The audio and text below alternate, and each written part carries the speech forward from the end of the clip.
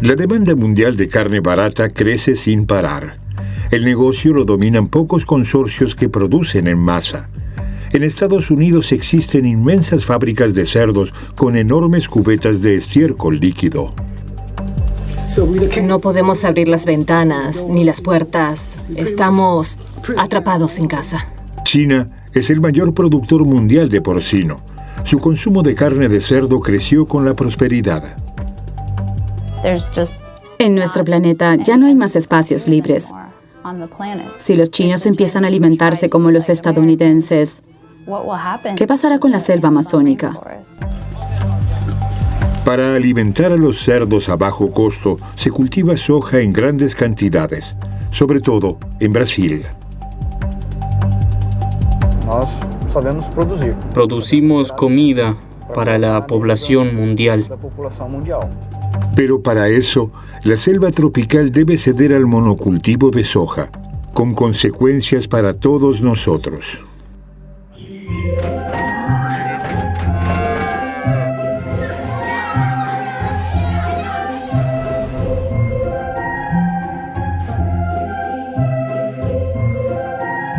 China, 1.400 millones de habitantes.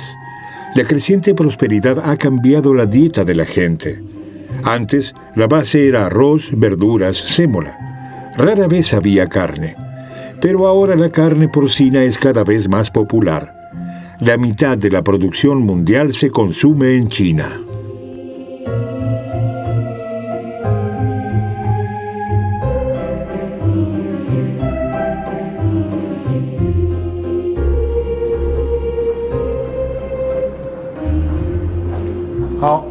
Aquí comienza la cadena del matadero. Sacrificamos unos 600 cerdos por hora. Importamos las máquinas de Holanda. La fábrica data de los años 50. Pero en 1998 pasamos a la producción a gran escala. El auge de la carne de cerdo en China tiene un impacto mundial, porque las empresas chinas compran megagranjas porcinas, por ejemplo, en Carolina del Norte, Estados Unidos. En Carolina del Norte, la cría del cerdo se hacía en granjas familiares. Unos 2 millones de cerdos en alrededor de 22.000 explotaciones. La ganadería industrial lo reemplazó todo. Inicialmente fueron Smithfield Foods y Murphy, empresas estadounidenses, pero ahora han sido compradas por el grupo WH, antiguamente Shuanghui, de China. Es un consorcio multinacional con sede en China. Son muy ricos. Hasta donde sé, la ganancia neta del primer trimestre del año fue de $200 millones estadounidenses. Ves esos depósitos de residuos por todas partes y te dices, si tienen el dinero para arreglarlo, ¿por qué no lo hacen? No quieren gastar dinero para solucionarlo. Prefieren cargarle el tratamiento de residuos a la población. Haremos lo siguiente. Con esta cámara, filmaremos nuestro vuelo por la tierra de los cerdos. Registraremos todo. Y si vemos algún vertido ilegal, lo volveremos a filmar en detalle.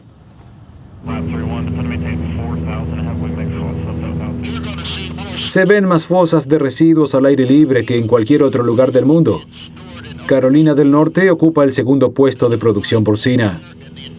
Tenemos entre 8 y 10 millones de cerdos, un poco menos que en Iowa.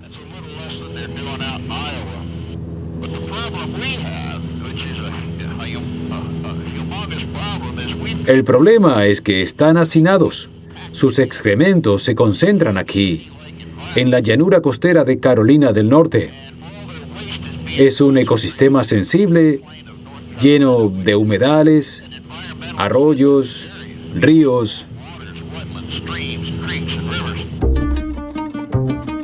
Megagranjas con enormes fosas de estiércol líquido hasta donde alcanza la vista.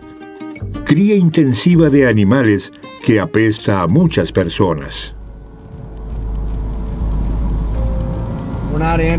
No estamos contra las empresas agrícolas en Carolina del Norte. pero deben funcionar correctamente sin contaminar los ríos. Las grandes explotaciones están en comunidades pobres, donde nadie se defiende ni trata de evitar que se instalen ese tipo de empresas. Cuando vienen, nos dicen que traen puestos de trabajo para que se beneficie la comunidad. Pero son tareas que nadie quiere hacer en el matadero o en la granja porcina. No es un trabajo agradable. Y raramente verá a los dueños viviendo junto a esas explotaciones. Elsie Herring sabe lo que significa vivir junto a una megagranja. Los campos que rocían están justo aquí, por eso no abrimos las ventanas. Aquí está la ventana del baño, al lado estaba el dormitorio de mi hermano y ahí la ventana de la cocina. Por eso no abrimos las ventanas que dan a ese lado, a los campos. Las grandes explotaciones están por allá. Desde aquí no se ven, pero desde la carretera sí.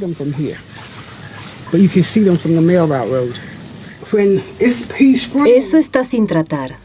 Es decir, que lo respiramos todo, el estiércol de los cerdos, orina, antibióticos, amoníaco.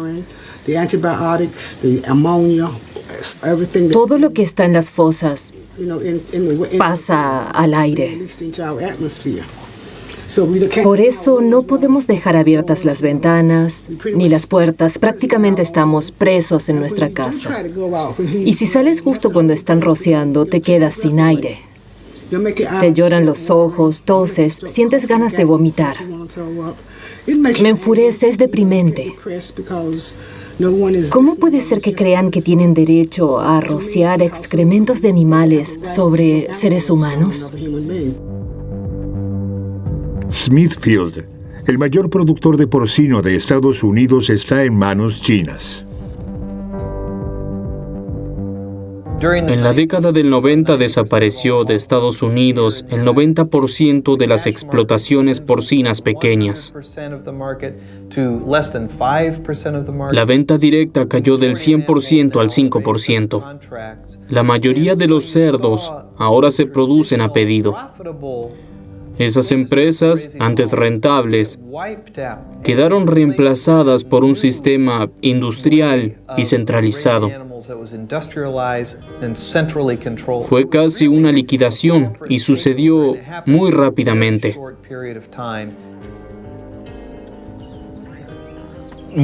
La mayor parte de la cadena productiva porcina en Estados Unidos es industrial. Se le llama integración vertical.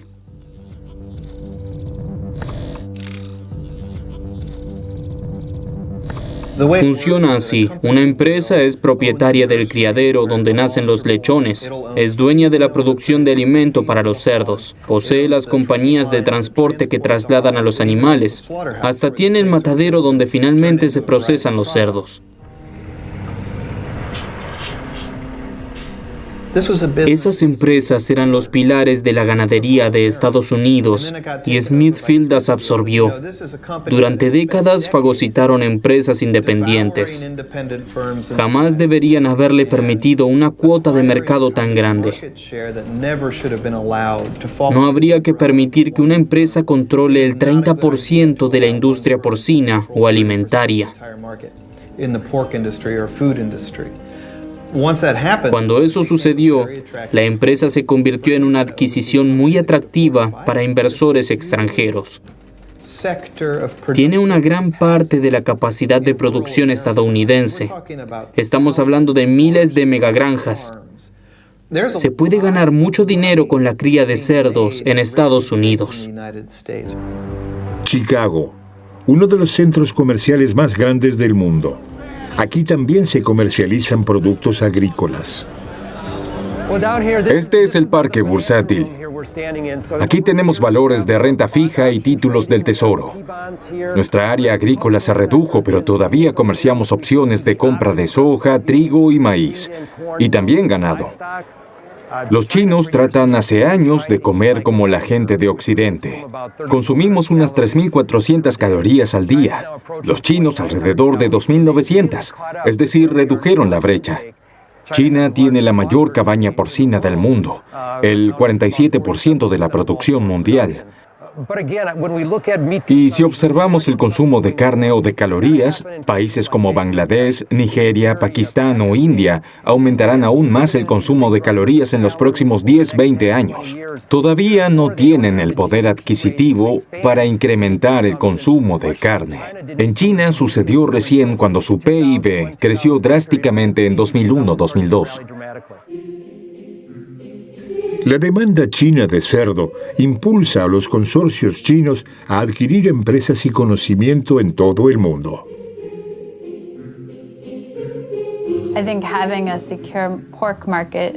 Creo que para China es muy importante el abastecimiento seguro de carne de cerdo. Por esa razón, Shangwei, el grupo WH compró Smithfield, el mayor productor porcino de Estados Unidos. Por un lado, querían tener acceso a la oferta.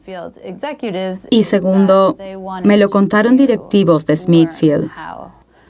Querían saber cómo funciona la producción porcina en Estados Unidos. ¿Cómo logramos producir tanta carne de cerdo en tan poca superficie? La tecnología de la cría industrial de cerdos se exportó a China. Producción cárnica industrial. China hace tiempo que está al día con Occidente. Mecanización y cría intensiva de animales.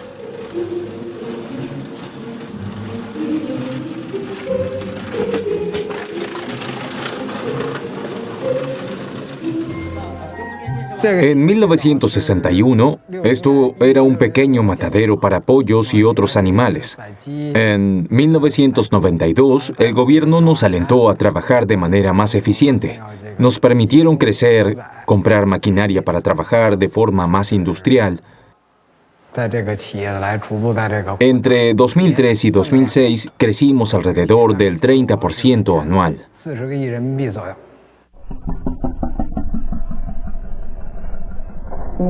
Cuando se cría a tantos animales en un espacio tan reducido, afecta a la salud de los animales. Por eso, se les administra antibióticos para prevenir enfermedades, pero también para que los animales suban de peso. Si tienes pocos cerdos en tu granja, sus excrementos son muy útiles. Se pueden distribuir perfectamente como fertilizante en los sembradíos. Tienes un ciclo completo de nutrientes. Pero si tienes 10,000, 20,000 cerdos, sus excrementos se convierten en una gran carga. En 1960 se sacrificaron menos de 10,000 millones de animales para la producción de alimentos. Hoy son más de 70,000 millones. Si esa tendencia continúa, se sacrificarán 120,000 millones de animales en 2050. La ganadería industrial necesita cerca de 1/3 de la superficie agrícola del mundo. Consume la mayor parte de la producción de granos. El grano principal es maíz y después, por supuesto, la soja. Si uno lo representa en sentido figurado, en el mundo hay un mar de monocultivos de cereal forrajero y oleaginosa salpicado de islas de cría intensiva de animales. La soja es crucial para la agricultura industrial. Se cultiva cada vez más para saciar el hambre de carne de China.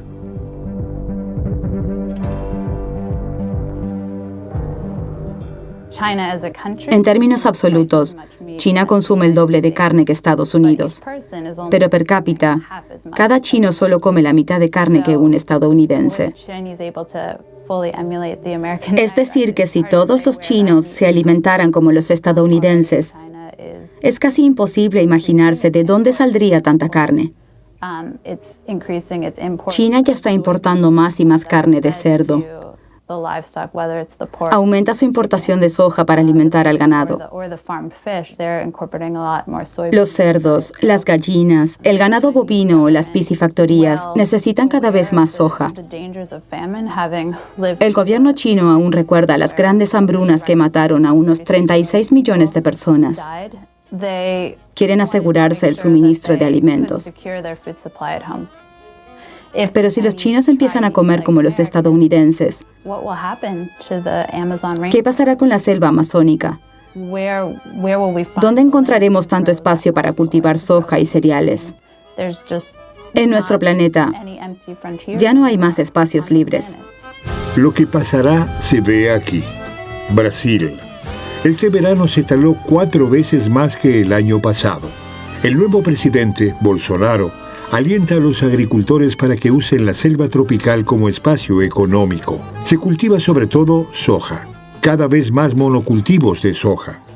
Por ejemplo, aquí en Santarém, en el estado de Pará, María Arruda lo tiene al lado. Allí detrás de nuestras casas, está la plantación de soja.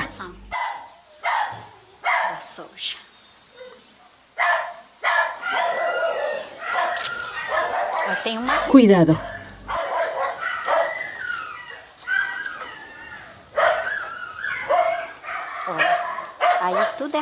Todo esto es de la plantación. Estamos rodeados de soja. Estamos justo en medio. Antes la tierra era de un negocio familiar. Ahora es un monocultivo de soja. Se exporta todo. No queda nada en Brasil. Un camión de soja volcado junto a una carretera principal en el estado de Mato Grosso. Trabajadores recolectan los valiosos brotes.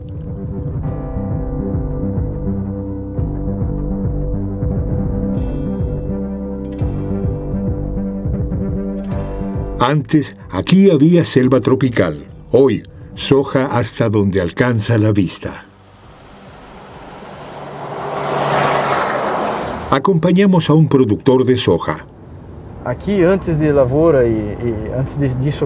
Antes de que empezáramos a cultivar, todo esto era floresta, tierra barata.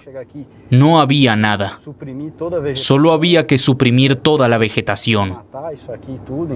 Al otro lado de la carretera era igual. Durante un tiempo lo hicimos para mantenernos. Então, na época, veio-se fazendo isso para arrumar meio de viver. Toda nuestra economía regional se basa casi exclusivamente en la soja. Es nuestro oficio.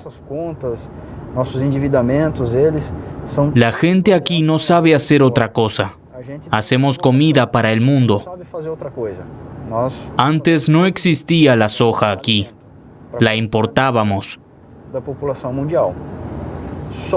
Pero después descubrimos que aquí crece muy bien y que tenemos las condiciones adecuadas. Y con ayuda de la investigación genética, mejoramos cada vez más la semilla.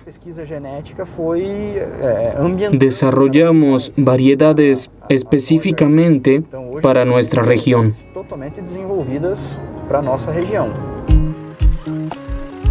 Visita a una feria agrícola en Lucas de Río Verde, en el estado de Mato Grosso. Algunos hombres se enriquecieron con el cultivo de soja. Por ejemplo, el empresario Otaviano Pivetta. Antes era un pequeño agricultor en Río Grande do Sul. Tenía 15 hectáreas. Vine aquí en camioneta para ayudar a mi tío a mudarse. Era joven y muy entusiasta. Quería labrarme un futuro aquí. Tuve suerte. Se combinaron varios factores. Estaba en el lugar correcto, en el momento oportuno, cuando en todo el mundo aumentó la demanda de proteína, de alimentos. Tenía un sueño inusual, una fantasía, pero la realidad superó mis sueños. Mi empresa tiene 270.000 hectáreas de tierra de cultivo. Saqué la empresa a bolsa Fiz abertura de capital, y vendí el 70% de las acciones. 70% da empresa. Soy accionista y consejero. En Brasil, en todo el hemisferio sur, la soja es la punta de lanza de un nuevo modelo de producción de capital llamado agronegocio.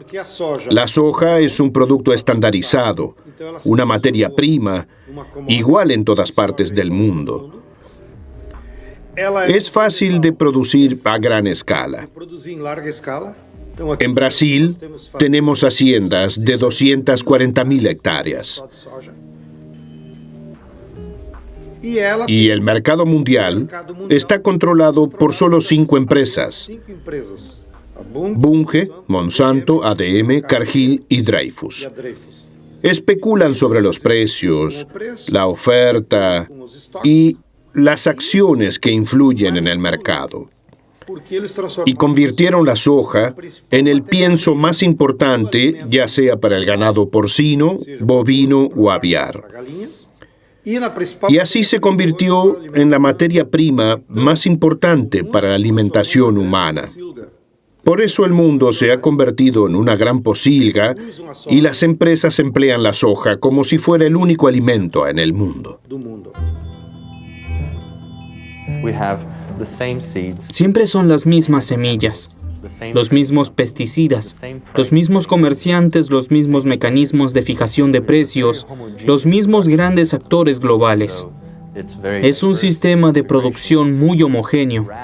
Si bien está integrado de diferente manera en diferentes ecosistemas y mercados, es un sistema de producción que crea su propia homogeneidad para atender al mercado mundial.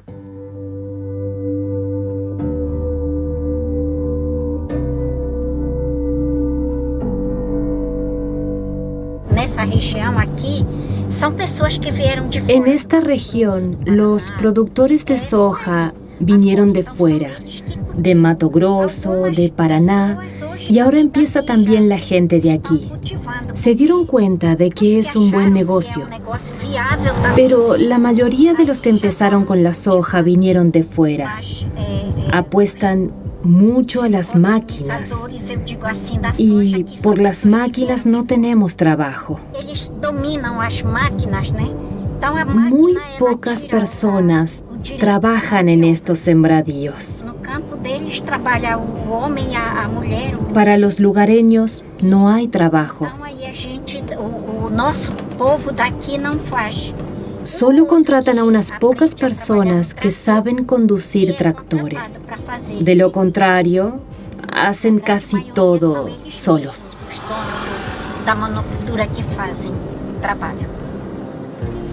Sindicato de Trabajadores Agrícolas en Santarém.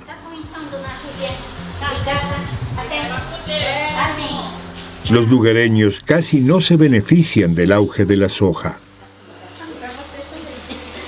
La razón: los pequeños agricultores no pueden competir con las grandes empresas.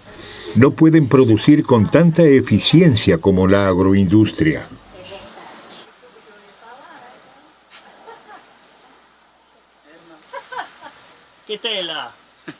¿Qué tienen? ¿Soja? No, no es soja. Nos desplazaron de todos los mercados, del de soja, maíz. Una cosa es cierta. Solo las grandes explotaciones pueden ganar dinero aquí, no las pequeñas. Claro, puedes cultivar maíz, pero ¿dónde lo vendes? No te da ganancias. El mercado se orienta a los grandes productores. Si quieres cultivar soja, necesitas grandes máquinas, tractores, y nosotros no podemos costear eso. La soja no es para pequeños agricultores, esa es la realidad.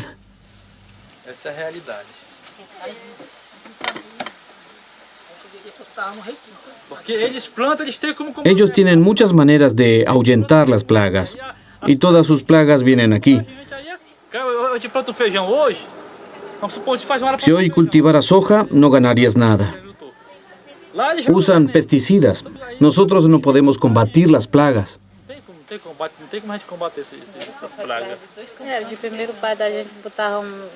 Habíamos cultivado soja y cosechamos 2 sacos, de verdad.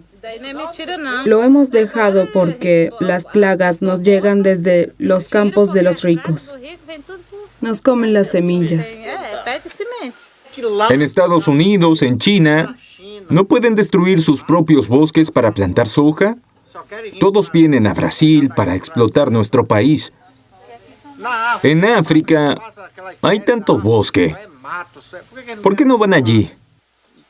¿Tal vez allí no trabajan lo suficiente? ¿O tienen más agallas que nosotros? La realidad es que hace tiempo que el auge de la soja llegó a África. Miles de kilómetros al este de Brasil, Mozambique.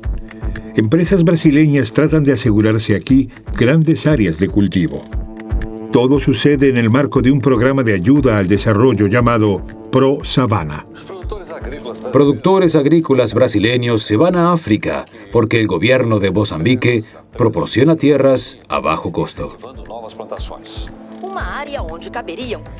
Mozambique cede un área de 6 millones de hectáreas a productores brasileños. Y muy barato. Será en régimen de concesión para cultivar soja, algodón y maíz, destinados principalmente al mercado chino. Acompañamos al activista de derechos civiles Jeremías Bunjañe en la región de Nacala. Aquí prometieron mucha tierra a empresas brasileñas. Hola, ¿qué tal? Bien, ¿y tú? Estoy bien, amigo. Bueno, es el momento de sembrar. Acaba de llover. Sí, llovió mucho. Podría haber una buena cosecha este año y el que viene. Okay.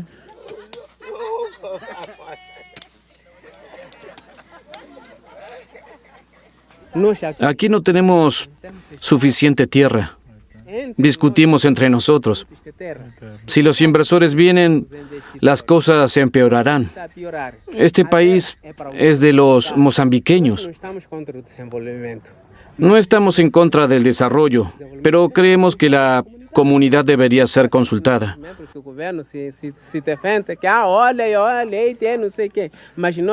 Al contrario de lo que afirma el gobierno, no nos alimentamos con soja. Comemos nuestros productos locales. Aconsejamos al gobierno antes de que comience el proyecto. Los agricultores locales deberían participar.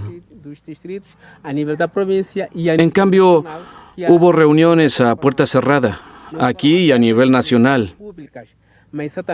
Hubo algunas amenazas, intimidaciones. Identificaron a muchos campesinos. Entonces, ¿crees que ProSavana no es para los campesinos? No, ProSavana no es para los campesinos. ProSavana, el nombre de un programa conjunto entre Mozambique, Japón y Brasil, cuyo objetivo oficial es el desarrollo de la región de Nacala. Cuando las organizaciones campesinas y grupos de derechos civiles profundizamos en la cuestión, descubrimos que ProSavana era solo un pretexto. Es como un canal para grandes inversores, la industria agrícola, interesados en controlar el agua, la tierra, los recursos naturales en el corredor de Nacala, expulsando a los campesinos locales. Afecta a los campesinos, sobre todo, pero también en general a la población regional, que son 5 millones de personas.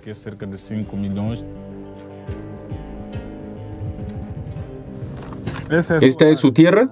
¿Es la que querían ocupar? Esto solo es una declaración. Ustedes no tienen permiso para explotar la tierra. Es solo un certificado de delimitación de la comunidad donde viven. Solo dice que su comunidad vive aquí, pero no es un permiso para el uso del suelo. Por eso deben tener cuidado. Otro podría haber pedido el permiso para usar la tierra. Ahora la comunidad debe luchar para obtener los documentos correctos. Si no lo hacemos ya, podría ser demasiado tarde. Los opositores al programa lograron organizar protestas masivas en 2016. Con éxito, obligan al gobierno a suspender ProSavana de momento. Durante mucho tiempo, el gobierno de Mozambique se permitió imponer sus programas. Ahora, por primera vez, se vieron confrontados con una oposición que no esperaban. Los campesinos dijeron claramente al gobierno que el progreso en la agricultura no puede ser así. Demostraron que es posible resistir, que es posible decir no. Ustedes mantienen el país a flote. Los pequeños agricultores producen el 90% de los alimentos en Mozambique, no las grandes corporaciones ni proyectos que vienen de Brasil u otros lugares. Debemos tener mucho cuidado con estos grandes proyectos. Prometen de todo, pero cuando terminan los programas, cuando la tierra se agota, ¿qué hacen? Van a otro lugar, quieren otras cosas según lo que dicte el mercado. Pese a los pequeños éxitos de los activistas de derechos civiles en Mozambique, la demanda mundial de carne es insaciable. Y con ella, la de soja para pienso. De regreso en Brasil, aquí surgen nuevas áreas de cultivo, sobre todo en la frágil cuenca amazónica. Desde que el gobierno de Bolsonaro está en el poder, la situación se ha intensificado. Este es un mapa de la región amazónica. Lo que se ve en rojo ya está deforestado. Es el 19% de la Amazonia. Y esta región, que empieza en Rondônia, pasa por Mato Grosso y sube hacia el norte, se conoce como Arco de la Deforestación. El 62% de esta zona es monocultivo de soja. Otro 6% son áreas de cultivo mixtas, pero sobre todo de soja. Si se tala la selva tropical y se convierte en monocultivo de soja, se libera una gran cantidad de dióxido de carbono que estaba almacenada en el suelo, en el bosque. Esos enormes monocultivos son responsables de una gran cantidad de gases de efecto invernadero. Una parte se libera directamente al arar. También están los gases de la maquinaria agrícola. Y hay emisiones cuando se procesa la soja y cuando se transporta a China. Es un ciclo muy intensivo en energía.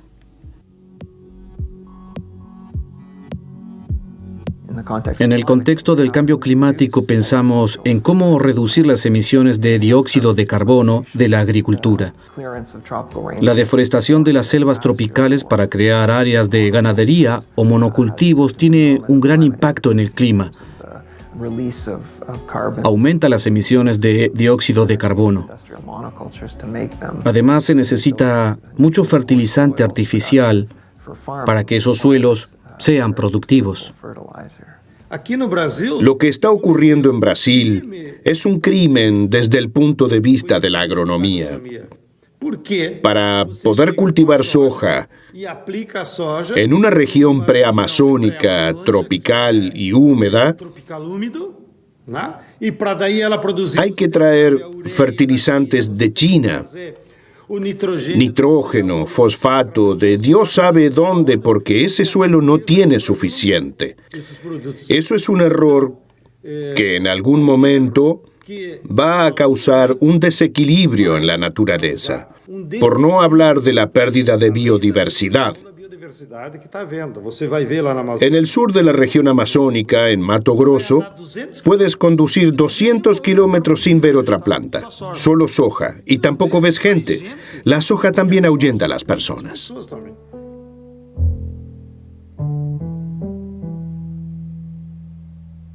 En vez de biodiversidad, ¿pronto solo habrá monocultivos de soja?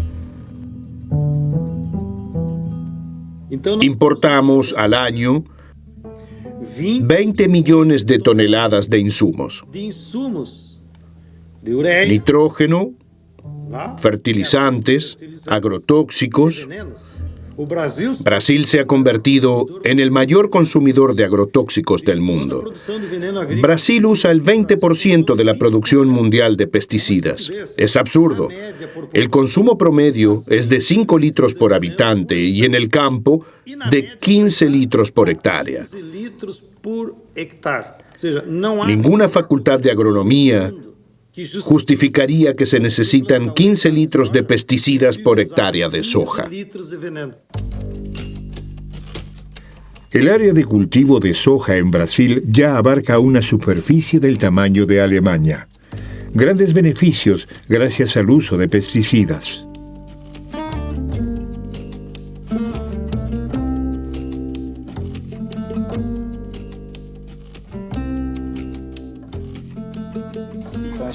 Acabamos de cosechar la soja. ¿Usted la come? ¿Comerlas? No, mejor no. Echamos algunos productos. Tenemos que esperar un poco antes de comerlas. Son bastante amargas. ¿Quiere probar? Forraje para las enormes cantidades de cerdos, pollos y vacas de China. Y desde el comienzo de la guerra comercial de Estados Unidos, los chinos compran aún más soja en Brasil.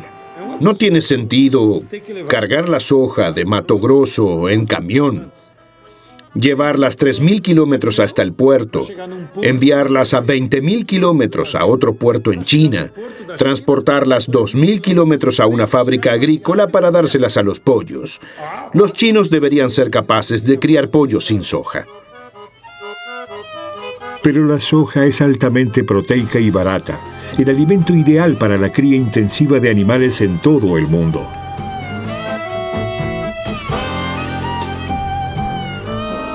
La realidad de la globalización. Brasil destruye selva tropical para cultivar más y más soja. Más y más soja que alimenta a más y más cerdos al otro lado del mundo, en China y también en Europa.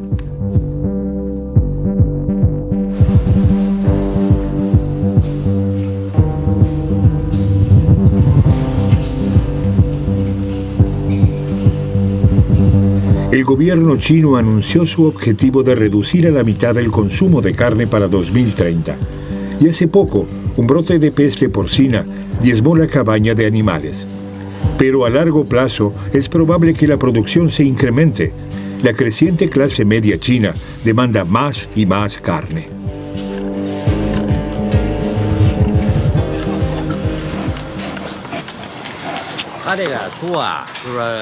Tienen un microchip en la oreja, un identificador.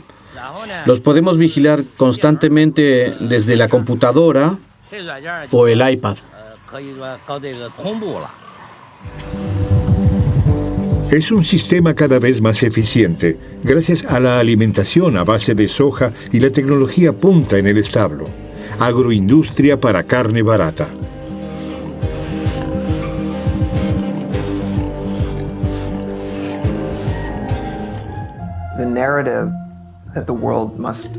Existe la tesis de que debemos duplicar la producción de alimentos porque la población mundial aumentará de 7 a 9 o 10.000 millones y que criaremos y comeremos cada vez más ganado.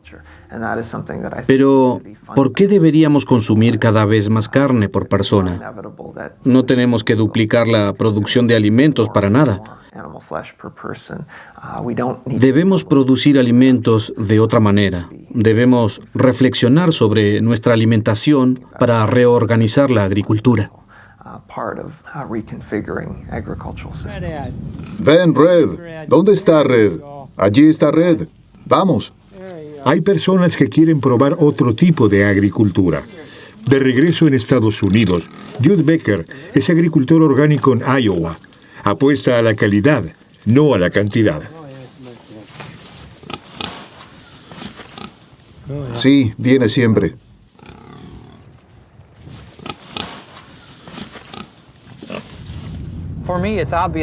Para mí está claro que debemos comer menos carne. Me critican por eso.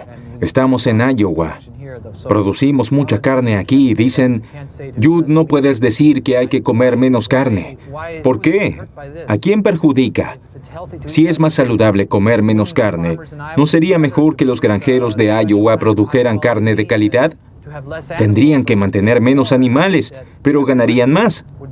Creo que al final sería económicamente mejor y también más saludable. La gente tiene miedo porque las grandes corporaciones perderían dinero, pero eso no se puede hablar públicamente. También en Carolina del Norte hay granjeros que crían cerdos según los estándares orgánicos. No pueden competir con los precios de las grandes empresas. Y al final, el consumidor suele decidir por el precio, como afirma el bioagricultor Calvin Nastab. Queremos ir a la tienda y hacer algunas compras y vemos que en el estante dice orgánico, pero es aproximadamente un 50 o 60% más caro que el otro. No lo quiero, no me lo puedo permitir.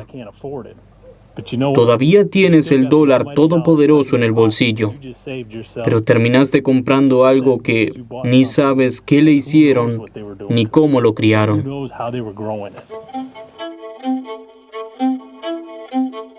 Monocultivos de soja y cría intensiva de animales. ¿Cuánto tiempo funcionará este sistema de carne barata? Digámoslo así.